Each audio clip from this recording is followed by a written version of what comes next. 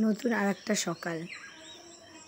আসসালামু আলাইকুম ফ্রেন্ডস, কেমন আছেন? আশা করি আমার ভিডিওটি যে যেখান থেকে দেখছেন আল্লাহর রহমতে সুস্থ আছেন এবং ভালো আছেন।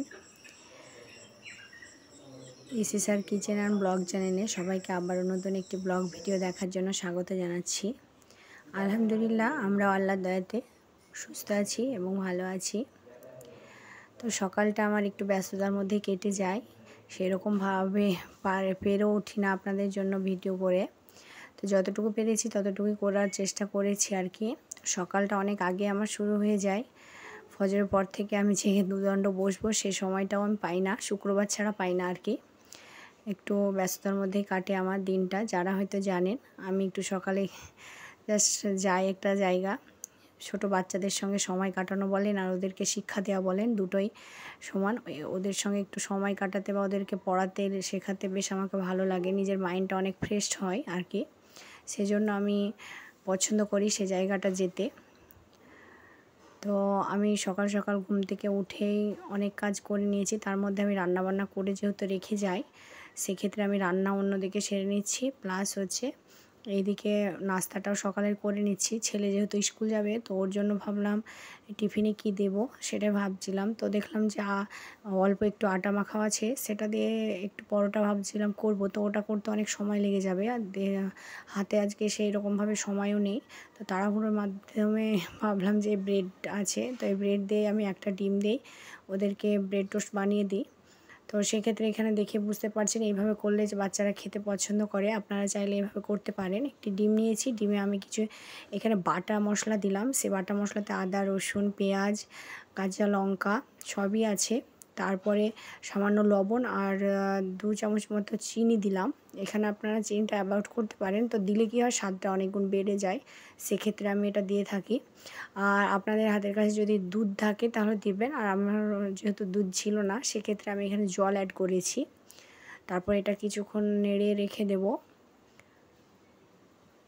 তো একেবারে ইজি, আশা করি সবাই আমরা এটা বানাতে পারি বা বানিয়েছি। তো আমি ঝটপট এটা করে নিচ্ছি।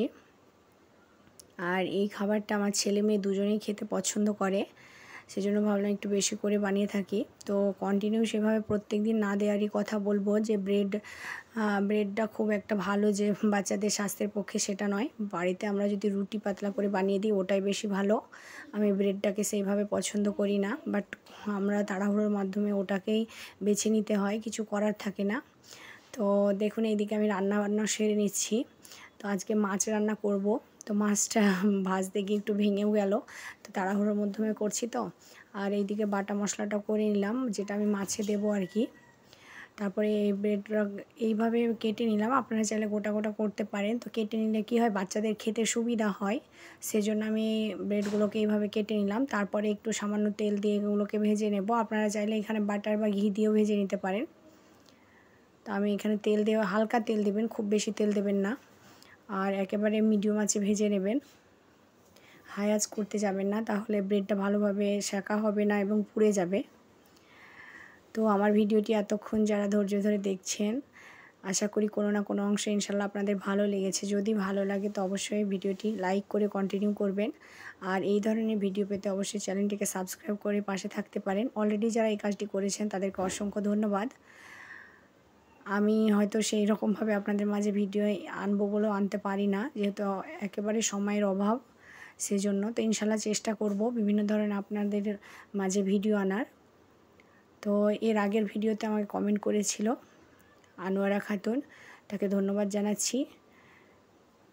আর সাবিনা ব্লগ থেকে আমাকে কমেন্ট করেছিল যে আমার ভিডিও বেশ ভালো লেগেছে, তাকেও ধন্যবাদ জানাচ্ছি।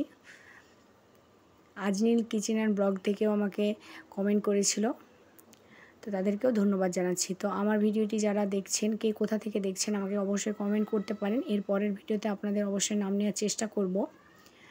তো ভিডিওটি খুব যে বড় করব তা নয়। তো দেখুন আমার এখানে আমার ব্রেডগুলো সব ভাজা হয়ে গেছে। আমি আমার ছেলের জন্য টিফিনে প্যাক করে দিলাম। এখানে একটা সিদ্ধ ডিমও দিয়েছি, যেহেতু আমার ছেলে আজকে সিদ্ধ ডিমটা খেলো না, সেজন্য ভাবলাম যে টিফিনে খেয়ে নেবে, সেজন্য ওখানে দিয়ে দিলাম। ফল সেভাবে দেওয়া হলো না, আপনারা এখানে আপনাদের সুবিধার্থে দিয়ে দেবেন। আমি এইভাবে তাড়াহুড়োর মধ্যে দিয়ে থাকি। তো দেখুন এখানে এবার মাছ রান্নাটা হয়ে গেল। মাছ আমি যেহেতু গরমের ওয়েদার চলছে, তো মাছের যে ঘন ঝোল ওটা আমি খাবো না, একেবারে পাতলা ঝোল করেছি। আর এখানে আমি যে জলটা অ্যাড করলাম সেটা গরম জল দিয়েছি। এইভাবে ইজিলি রান্না হয়ে যায় আমার। দেখুন তাড়াহুড়োর মধ্যে সব রান্না কমপ্লিট। মাছের ঝোল, আলুর রান্না, আলু তো থাকতেই হবে। আর এটা যেটা ফুলুরি বলে আর কি, সেটা রান্না করেছি। এই তো আমার রান্না মাশাআল্লাহ কমপ্লিট, আলহামদুলিল্লাহ হয়ে গেছে। বেশ সকাল সকাল অনেক কাজই আমি সেরে নিয়েছি। তারপরে অনেক ব্যস্ততার মধ্যে আমার দিনটা কেটে গেছিলো, তো আর সারাদিন সেইভাবে আমি ভিডিও করতে পারিনি। তো বিকেলবেলা একটু আমি এক জায়গায় যাচ্ছি, সেটা পরের ভিডিওতে ইনশাল্লাহ নিয়ে আসবো। তো তখন সুস্থ থাকবেন, ভালো থাকবেন। আল্লাহ হাফেজ।